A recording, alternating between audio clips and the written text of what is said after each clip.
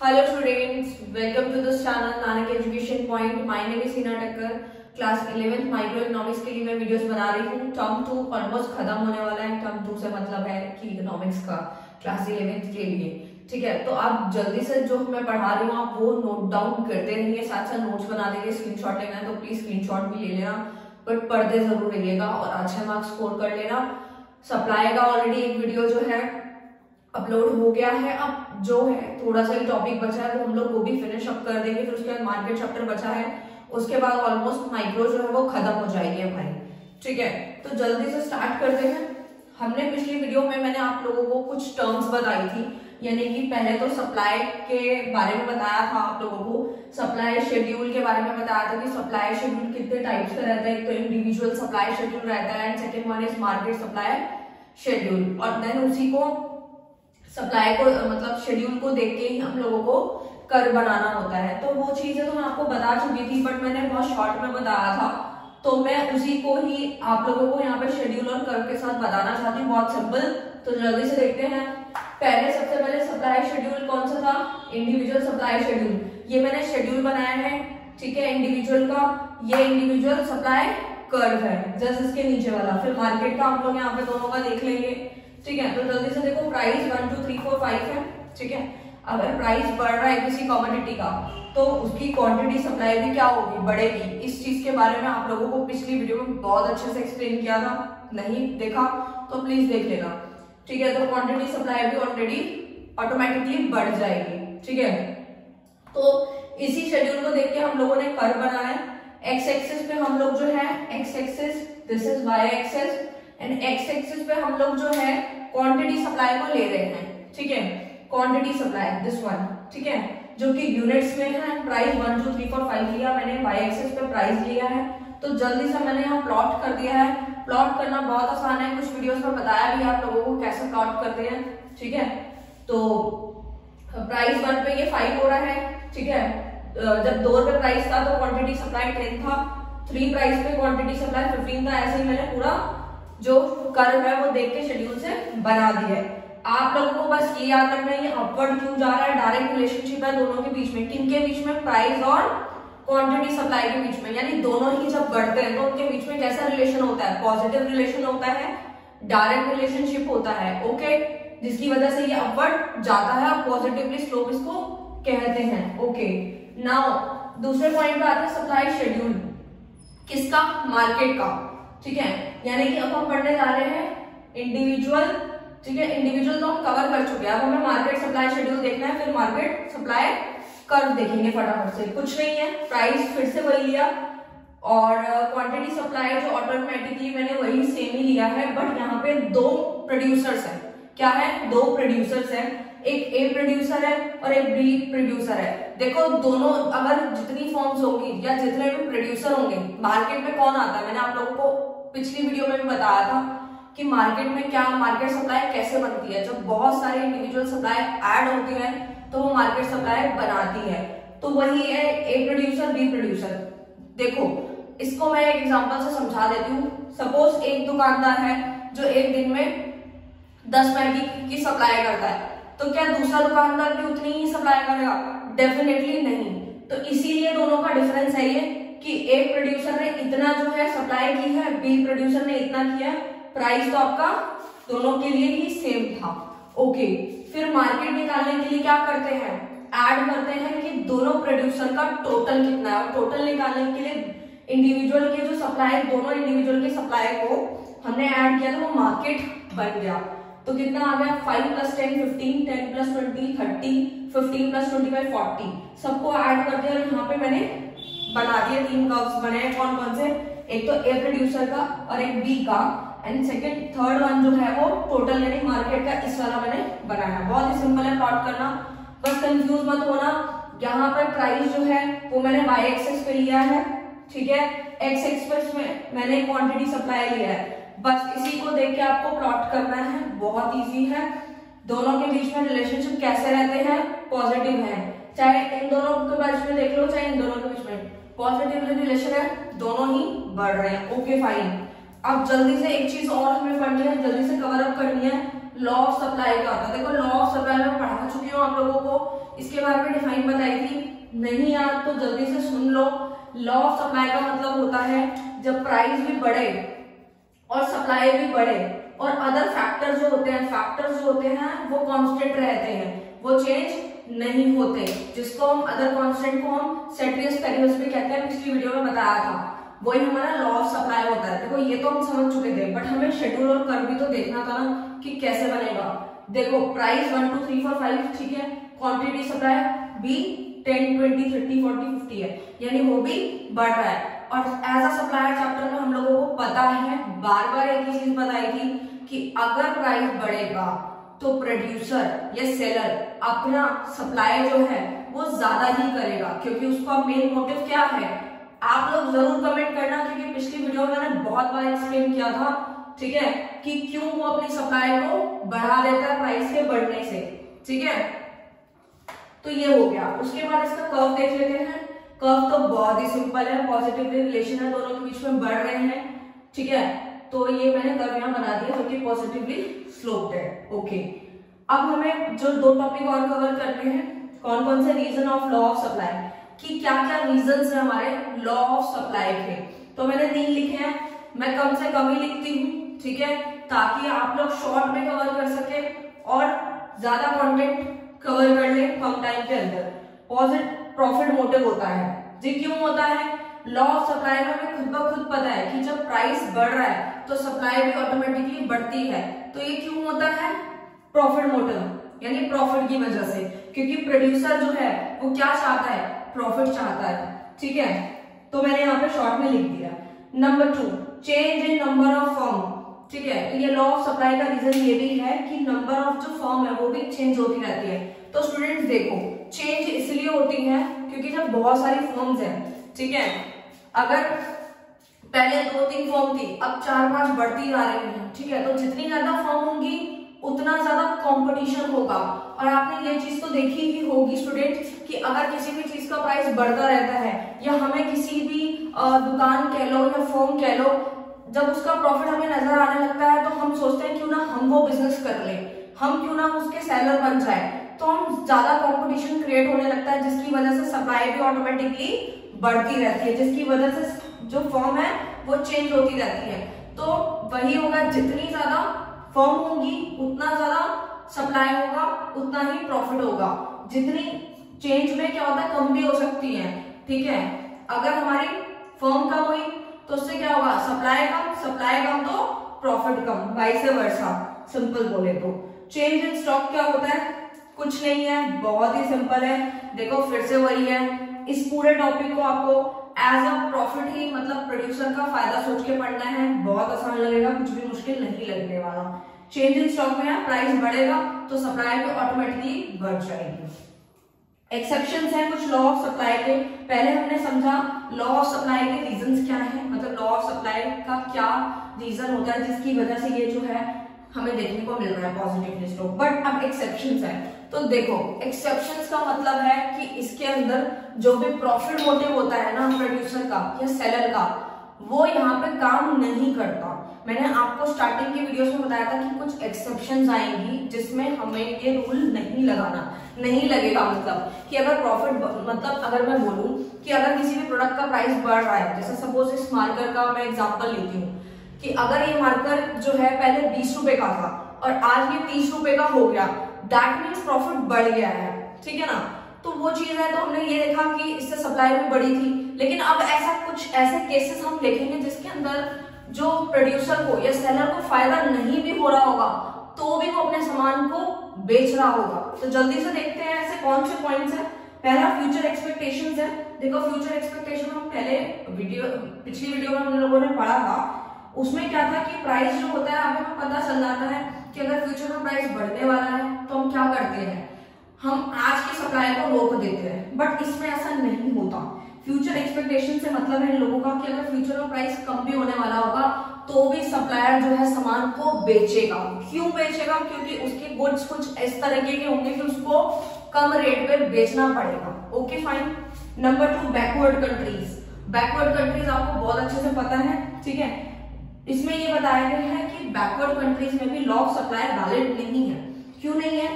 देखो वहां पे अगर कुछ बैकवर्ड कंट्रीज में अगर प्राइस किसी भी प्रोडक्ट का बढ़ जाता है तो डेफिनेटली सोचो प्रोड्यूसर का फायदा है ना, उसको सप्लाई ज्यादा करनी चाहिए, बट वो सप्लाई ज्यादा नहीं करेगा। आप सोचेंगे कि पूरे चैप्टर में मैम आपने हमें यही पढ़ाया कि प्रोड्यूसर का जहां फायदा है वहां सप्लाई बढ़ती ही बढ़ती है, बट नहीं, वो बैकवर्ड कंट्री है, वहां पे रिसोर्सेज की कमी है, शॉर्टेज है, जिसकी वजह से प्राइस बढ़ने की वजह से भी हमारी सप्लाई नहीं बढ़ेगी। ये आप लिख लीजिए साथ साथ। Okay, number 3 and last, perishable goods. देखो पेरिशेबल गुड्स कौन से होते हैं, जैसे फ्रूट्स हो गए, वेजिटेबल्स हो गए, इस तरीके का कोई अगर दुकानदार सामान बेच रहा है तो मैं ये कहना चाहूंगी कि अगर ये गुड्स इस तरीके के होते हैं जिसको हम ज्यादा दिन तक नहीं रख सकते, अगर ज्यादा दिन तक रखेंगे तो ये खराब हो जाएंगे, ठीक है, तो इसमें जो है दुकानदार ये नहीं सोचेगा कि मेरे को 50 रुपए फालतू मिल जाए, ये 100 रुपए फालतू मिल जाए, नहीं, अगर वो एक लिमिट क्रॉस कर देंगे, उन्होंने तब तक नहीं बेचे तो ऑटोमेटिकली खराब हो जाएंगे, और खराब होने से कुछ पैसा नहीं मिलने वाला, इसीलिए वो क्या करेंगे, लॉ ऑफ सप्लाई को नहीं मानेंगे और कम प्राइस के अंदर ही इस गुड्स को बेच देंगे, ठीक है। इसमें प्रॉफिट मोटिव हमारा नहीं होता, क्योंकि कुछ सिचुएशंस एक्सेप्शंस ऐसी होती है जिसमें प्रॉफिट को भी साइड में रखना पड़ता है। आई होप स्टूडेंट आपको ये टॉपिक क्लियर हो गया होगा। इसका जो अगला टॉपिक है अभी थोड़ी देर में देखो, तो जल्दी से हम लोग स्टार्ट करते हैं, आगे का जो टॉपिक बचा है जल्दी से खत्म करने की कोशिश करते हैं। तो अब देखते हैं movement along the supply curve. हमने अभी तक पढ़ लिया सप्लाई कर्व क्या होता है, अब हमारा जो सप्लाई कर्व होता है वो शिफ्ट भी करता है और मूवमेंट भी करता है, तो जल्दी से हम उसको शेड्यूल और कर्व के थ्रू देखते हैं। Movement along the supply curve, इसका मतलब क्या है students, change in quantity supply, मतलब ये कब होता है, जब हमारा प्राइस में चेंज आता है तो जो हमारा कर्व है ना वो मूवमेंट करता है। मूवमेंट किस तरीके से करता है, दो तरीके से करता है, या तो अपवर्ड मूवमेंट करता है या फिर डाउनवर्ड मूवमेंट करता है, जिसको हम कॉन्ट्रैक्शन भी कहते हैं। अपवर्ड मूवमेंट को एक्सपेंशन कहते हैं, डाउनवर्ड को हम कॉन्ट्रैक्शन इन सप्लाई कहते हैं, जो कि किसकी वजह से होता है, चेंज इन प्राइस। अगर किसी भी कमोडिटी का प्राइस चेंज होता है तो जो हमारा सप्लाई कर्व है वो मूवमेंट करेगा। जल्दी से शेड्यूल और कर्व देख लेते हैं, ठीक है। पहले हम ये वाला देखते हैं जिसमें क्या हो रहा है, प्राइस जो है वो बढ़ रहा है, कैसे बढ़ रहा है देखते हैं। प्राइस हमारा 20 रुपए था पहले, अब 25 रुपए हो गया, ठीक है। इसी मार्कर का लेके चल लो यार, बहुत इजी लगेगा आप लोगों को, ठीक है। तो सपोज ये मार्कर का प्राइस 20 रुपए था पहले, अभी 25 रुपए हो गया, तो क्वांटिटी सप्लाई भी पहले 100 थी, अब 150 हो गई, ठीक है। दैट मीन्स हमारा प्राइस बढ़ा तो क्वांटिटी सप्लाई भी बढ़ गई। तो इसका जो कर्व है वो कैसे बनेगा, जल्दी से देख लो। ये नॉर्मल जो हमारा बना रहे थे हम 20 पे 100 हमने बना दिया, फिर 25 पे जो है 150 हुआ। ये जो आपको कंस्ट्रक्टेड लाइन दिख रही होगी ये बाद वाली होती है, ठीक है। कौन सी बाद वाली, यानी कि आप खुद देख रहे हैं कि पहले के अकॉर्डिंगली ये कहाँ जा रहा है, एक्सपेंशन हो रहा है, अपवर्ड मूवमेंट हो रही है, मतलब सप्लाई का अब ऊपर की तरफ जा रहा है। वो क्यों होता है, इसका रीजन क्या है, प्राइस इंक्रीज की वजह से होता है। आई होप स्टूडेंट आप समझ गए होंगे। नेक्स्ट हमें देखना है प्राइस, हमें पहले हमारा मार्कर का सपोज मार्कर का प्राइस 20 रुपए था, अभी जो है वो कम हो गया है, यानी 15 रुपए हो गया है, तो डेफिनेटली प्राइस कम होगा तो क्वांटिटी सप्लाई भी कम हो जाएगी। सेम वही 100 से 70 हो गई, ठीक है। दैट मीन्स हमारा जो सप्लाई का था वो पहले यहाँ से यहाँ था 20 पे 100 था, अब कहाँ हो गया 15 से 70 पे हो गया। Okay fine. तो अब हम देख रहे हैं कि प्राइस के कम होने की वजह से होता है हमारा, जब हमारा प्राइस कम होता है, लिख लीजिए आप शॉर्ट में, यहाँ प्राइस के इंक्रीज होने की वजह से एक्सपेंशन होता है, जिसको हम अपवर्ड मूवमेंट कहते हैं, हमारा कर्व ऊपर जाता है। और इस केस में हमारा जो प्राइस है कम होता है तो हमारा कर्व जो है वो नीचे की तरफ जाता है, डाउनवर्ड जाता है, जिसे हम कॉन्ट्रैक्शन इन सप्लाई भी कहते हैं। आई होप स्टूडेंट आपको समझ आ गया होगा। जल्दी से अब एक और चीज देख लेते हैं, change in supply. Change in supply दो तरीके से होती है स्टूडेंट्स, एक तो राइट वर्ड और एक लेफ्ट वर्ड। इसका रीजन क्या है, इसका रीजन है कि जब हमारा प्राइस में कोई चेंज नहीं आता, प्राइस कांस्टेंट रहता है, चेंज किस में आता है, अदर फैक्टर्स में आता है, ठीक है, जो कि आपने ऑलरेडी पढ़ चुके हैं अदर फैक्टर्स कौन से होते हैं, ठीक है। तो right word in supply, left word in supply. Okay, तो जल्दी से शेड्यूल और कर्व देखते हैं। जब हमारा प्राइस तो अभी मैंने बताया कांस्टेंट रहता है, बट क्वांटिटी सप्लाई जो है वो चेंज हो रही है। चेंज कैसे हो रही है, इंक्रीज कर रही है। पहले 100 थी, अब 150 हो गई, ठीक है। और ये सारी चीजें यूनिट्स में है, ओके, तो आप लिख लीजिएगा। तो 100 से 150 हो गया, यानी बढ़ गया हमारा क्वांटिटी सप्लाई, और प्राइस कांस्टेंट है। तो हमारा जो कर्व है वो क्या करेगा, राइट वर्ड की तरफ शिफ्ट करने लग जाएगा। क्यों? क्योंकि 20 पे पहले 100 था, अब कितना हो गया, अब 20 पे ही 150 हो गया, दैट मीन्स बढ़ गया, दैट मीन्स ये राइट वर्ड शिफ्ट होगा। कब होगा? जब हमारा सप्लाई जो हमारी बढ़ जाएगी। नेक्स्ट इसका उल्टा कर दीजिए, बहुत सिंपल है, प्राइस कांस्टेंट है फिर से, बट अब यहाँ पे क्वांटिटी सप्लाई क्या हो रही है, कम हो रही है। तो स्टूडेंट आप खुद सोचिए, जब कम हो रही है तो क्या होगा, लेफ्ट वर्ड शिफ्ट करेगा। लेफ्ट वर्ड कब करेगा? रीजन क्या है, क्योंकि सप्लाई हमारी कम हो रही है, तो ये लेफ्ट वर्ड की तरफ शिफ्ट हो जाएगा। ठीक है, आप इसको दोनों को एक में भी बना सकते हैं, बट मैंने आप लोगों को समझाने के लिए अलग अलग बनाया ताकि आपको कंफ्यूजन ना हो। जल्दी से इसका स्क्रीनशॉट लो और शॉर्ट से शॉर्ट ही बनाने की कोशिश की है मैंने। अब इसका थोड़ा सा टॉपिक बचा है प्राइस इलास्टिसिटी, वो भी हम जल्दी से कवर करके पूरा चैप्टर को ओवर कर देंगे। ठीक है, देन फिर हम मार्केट स्टार्ट करेंगे, तो जल्दी से स्क्रीनशॉट लो इसका।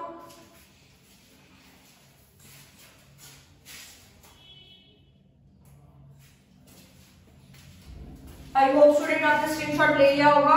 बाकी का टॉपिक अभी थोड़ी देर में देखते हैं। ओके, तो जल्दी से ये नोट डाउन कर लो, स्क्रीनशॉट ले लिया तो बहुत अच्छी बात है। ठीक है, the quantitative changes in supply of a commodity due to given change in price of the commodity, यानी कि अगर हम सिंपल लैंग्वेज में बोले कि प्राइस इलास्टिसिटी ऑफ सप्लाई क्या होता है, तो स्टूडेंट देखो सिंपल लैंग्वेज में प्राइस इलास्टिसिटी ऑफ सप्लाई को हम ESP कहते हैं, शॉर्ट में लिख सकते हैं। उसका मतलब ये रहता है कि पहले हमने ये देखा कि प्राइस की बढ़ने की वजह से सप्लाई भी बढ़ती है। ठीक है, कभी कभी कम होता है प्राइस के कम होने के कारण, बहुत सारी चीजें पड़ी, बट अब नंबर्स की फॉर्म में देखेंगे, फॉर्मूला लगा के ये कितना बढ़ा कितना कम हुआ, उसी नंबर्स के फॉर्म में उसको देखेंगे, उसी को हम प्राइस इलास्टिसिटी ऑफ सप्लाई कहते हैं। तो जल्दी से इसका फॉर्मूला नोट डाउन कर लो। ES शॉर्ट में लिख सकते हैं प्राइस इलास्टिसिटी को, परसेंटेज मेथड है ये, जिसका फॉर्मूला है delta Q by delta P into P by Q। जल्दी से क्वेश्चन भी कर लेते हैं। If a price of the commodity fall, यानी गिर रहा है फ्रॉम 60 पर यूनिट टू 58 पर यूनिट, ठीक है, it supply fall from 400 unit to 300 unit, find elasticity. तो देखो बहुत ही सिंपल है, जब भी इस तरीके के इलास्टिसिटी के क्वेश्चंस आएंगे आपको एक छोटा सा बॉक्स बनाना है, एक तरफ आप प्राइस ले लीजिए, दूसरी तरफ आप क्वांटिटी सप्लाई ले लीजिए, ऐसे बॉक्स बना के क्वेश्चन करेंगे तो बहुत इजी होगा, फॉर्मूला सेम लगेगा, कुछ भी दिक्कत नहीं आएगी। पहले वाले प्राइस को मैंने यहाँ लिख दिया, प्राइस के कॉलम में 60 था, यानी इसको P ले लिया, फिर प्राइस जो है कम हो गया 58 हो गया, तो मैंने 58 लिख दिया नीचे, जो कि P1 है यानी, ठीक है। फिर क्वांटिटी सप्लाई लिया है मैंने, क्वांटिटी सप्लाई कितना था, पहले 400 था जिसको मैंने Q माना है, और जो उसके बाद जो है कम होने की वजह से 300 यूनिट हुआ तो उसको मैंने Q1 ले लिया। जो पहले वाला होता है उसको P और Q लेट करते हैं, जो उसके बाद आते हैं उसको P1 और Q1 हम लोग ले लेते हैं, ठीक है। तो जल्दी से देखो फॉर्मूला क्या है, डेल्टा Q। डेल्टा मीन्स क्या होता है स्टूडेंट्स, अगर नहीं पता तो जल्दी से लिख लो, डेल्टा का मतलब चेंज होता है, कई बार आपको बता रखा है मैंने। डेल्टा का मीन्स होता है चेंज, छोटा सा ट्राइंगल को हम डेल्टा बोलते हैं, बट इसका मतलब क्या होता है चेंज। किसमें चेंज, क्वांटिटी में कितना चेंज आया, और फिर डेल्टा P मतलब प्राइस में कितने का चेंज आ रहा है। तो जल्दी से देखो इसका फॉर्मूला नोट डाउन कर लो, और यानी जो पहले था उसमें से जो अब आया है उसको माइनस करना है, तो आपको डेल्टा Q ऐसे निकल जाएगा। तो जल्दी से समझो कैसे निकाला है मैंने, ओल्ड क्वांटिटी में से न्यू क्वांटिटी को माइनस करना है, यानी कि मैं बोलूं सबसे पहले क्वांटिटी चेक करो, पहले कितनी थी 400 थी, ओके, अभी कितनी है 300 हो गई, दैट मींस 400 में से 300 माइनस करेंगे तो कितना आ गया 100 रुपीज, तो मैंने यहाँ पे लिख दिया। ऐसे ही डेल्टा P यानी प्राइस की चेंजेस को देखना है, तो कैसे निकालेंगे, ओल्ड माइनस न्यू प्राइस, पहले प्राइस 60 था, ओके, न्यू प्राइस कितना है 58 है, दोनों को माइनस करेंगे कितना आ गया ₹2, ठीक है। तो बस मैंने यहाँ पे जो फॉर्मूला में पुट कर दिया मैंने निकाल भी लिया, यानी डेल्टा Q भी निकल गया मेरा और डेल्टा P भी मैंने निकाल लिया, यानी ये चेंजेस ही तो निकाले हैं मैंने। तो जल्दी से फॉर्मूला में पुट करो, डेल्टा Q यानी क्वांटिटी में कितने का चेंज आया था 100 अभी निकाला था, डेल्टा P यानी प्राइस में कितने का चेंज आया ₹2 का, वो लिख दिया। ओरिजिनल प्राइस लेने हैं आपको, यानी कि पहले वाले लेने हैं, P और Q पहले वाला लेना है आपको। प्राइस पहले कितना था 60 था, ले लिया, क्वांटिटी पहले कितनी थी 400, ओके। जल्दी से इसको सॉल्व करते हैं, ठीक है, मैं करके दिखा देती हूँ आप लोगों को, बहुत सिंपल कैलकुलेशन है ये। 2 0 से 2 0 कैंसल आउट हो जाएंगी, 2 से 30 हो जाएगा ये, ठीक है। तो ये आ रहा है 30/4 को डिवाइड करेंगे तो हमारा आंसर का 7.5, ठीक है, यानी कि हमें इलास्टिसिटी एक्यूरेट पता लग गई 7.5 है, ओके। तो जल्दी से ये फॉर्मूला भी नोट डाउन कर लीजिए, इससे आपके सारे क्वेश्चन सॉल्व हो जाएंगे, ठीक है। नेक्स्ट जो है वो मैंने आप लोगों के लिए एक ही बॉक्स बनाया है, और एक ही कर्व में सारा समझा दिया है, क्योंकि टाइम बहुत लिमिटेड है स्टूडेंट्स, तो आप शॉर्ट में ही कीजिए। जितना आप जो है शॉर्ट में पढ़ेंगे ज्यादा बेटर होगा आप लोगों के लिए, क्योंकि आपके बहुत सारे सब्जेक्ट्स होते हैं, तो आपको कम से कम टाइम में ही बनाने की कोशिश की है मैंने वीडियो। काइंड ऑफ इलास्टिसिटी क्या होती है पहले ये समझेंगे, फिर वैल्यू, फिर डिस्क्रिप्शन एंड देन कि कर्व कैसे बनेगा। तो जल्दी से देखो, 5 तरह की हमारी इलास्टिसिटी रहती है। पहला तो होता है परफेक्टली इलास्टिक, ठीक है, जिसके अंदर हमारी इलास्टिसिटी जब इनफाइनाइट आती है, जैसे कि हम ये सारे आंसर्स निकाल लेंगे, तो उसके बाद हमें देखना है कि किस टाइप की इलास्टिसिटी है। तो देखो, परफेक्टली इलास्टिक में इलास्टिसिटी हमारी इनफाइनाइट होती है। कब होती है, इसका रीजन क्या है students? Infinite supply at same price, मतलब सेम प्राइस पे भी हमारी जो सप्लाई आ रही है वो इनफाइनाइट आ रही है, और इसी को हम परफेक्टली इलास्टिक बोलेंगे। और इसका जो कर्व है स्टूडेंट, साथ साथ कर्व भी देखते जाइए, मैंने एक ही में 5 बना दी है, ठीक है। हॉरिजॉन्टल स्ट्रेट लाइन बनेगा, तो जल्दी से देखो इनफाइनाइट का देखो ये रहा दिस वन, तो यानी कि कैसा है ये? परफेक्टली इलास्टिक है और हॉरिजॉन्टल स्ट्रेट लाइन है। फर्स्ट वाला आपको आई होप स्टूडेंट क्लियर हो गया होगा। नंबर टू है हमारा परफेक्टली इनइलास्टिक, ठीक है। परफेक्टली इनइलास्टिक में क्या होता है? ES 0 होता है, यानी इलास्टिसिटी आपकी जब 0 आती है तो वो किस टाइप का है? तो वो है परफेक्टली इनइलास्टिक। वो कब होता है? सेम सप्लाई होती है ऑल प्राइस पे, मतलब सारे प्राइस पे जो है सेम सप्लाई रहेगी, और इसका जो कर्व बनता है वर्टिकल लाइन बनता है, ओके। ES 0 ये रहा, this one ES 0, okay. Number 3 highly elastic, यानी कि इलास्टिसिटी इज मोर देन 1, ठीक है। उसका रीजन है डिस्क्रिप्शन में, percentage change in supply, percentage यानी कि ग्रेटर होती है, यानी कि परसेंटेज चेंज इन सप्लाई जो है वो ज्यादा होती है comparatively percentage change in price के। तो हमारा ES ग्रेटर देन होता है, ग्रेटर देन 1 है, तो हमारा हाईली इलास्टिक बोलेंगे उसको, ठीक है, जो कि इंटरसेप्ट y एक्सिस पे है, ओके। फिर उसके बाद इलास्टिसिटी लेस देन 1 में क्या होता है? सेम होता है percentage change in supply less than percentage change in price, जो कि लेस इलास्टिक होता है, जो कि इंटरसेप्ट ऑन एक्स एक्सिस है, ठीक है, जो कि आप यहाँ पे देख रहे हैं। ये पूरा हो जाए, फिर कर्व भी एक बार दोबारा से बता दूंगी, so you don't worry about that. Last one है हमारा ES इज इक्वल टू 0। जब हमारी इलास्टिसिटी कैलकुलेट करने पे 1 आ रही हो तो उसे हम कहते हैं यूनिटरी इलास्टिक, जिसका जो कर्व है वो स्ट्रेट लाइन होता है, पासेस थ्रू द ओरिजिन, जो कि हमारे ओरिजिन से पास हो रहा है, वही ES इज इक्वल टू 1 होता है। वो कब होता है? जब हमारा सप्लाई यानी चेंज इन सप्लाई की परसेंटेज में और जो इक्वल होता है परसेंटेज चेंज इन प्राइस के, दोनों ही बराबर होते हैं, तो वो कैसा होता है? Straight line pass through origin होता है, जिसको हम यूनिटरी इलास्टिक भी कहते हैं। तो जल्दी से इसके कर्व को फिर दोबारा से देख लेते हैं। ES इज इक्वल टू 0 ये रहा, ठीक है। ओरिजिन से जो पास होता है उसे बोलते हैं ES इज इक्वल टू 1। जो हमारा लेस देन होता है वो आप यहाँ से देख रहे हैं पास हो रहा है, जो हमारा ग्रेटर देन है वो यहाँ से ओरिजिन के बाद से हो रहा है, ठीक है। ये मैंने आपको 5 जो है क्लियर कर दी है। आई होप स्टूडेंट आपको ये पूरा टॉपिक क्लियर हो गया होगा। मैंने पूरा चैप्टर खत्म किया है, ठीक है। आप जल्दी से इसके नोट्स बना लेना और अच्छे मार्क्स स्कोर कर लेना students. All the best for future. Thank you so much.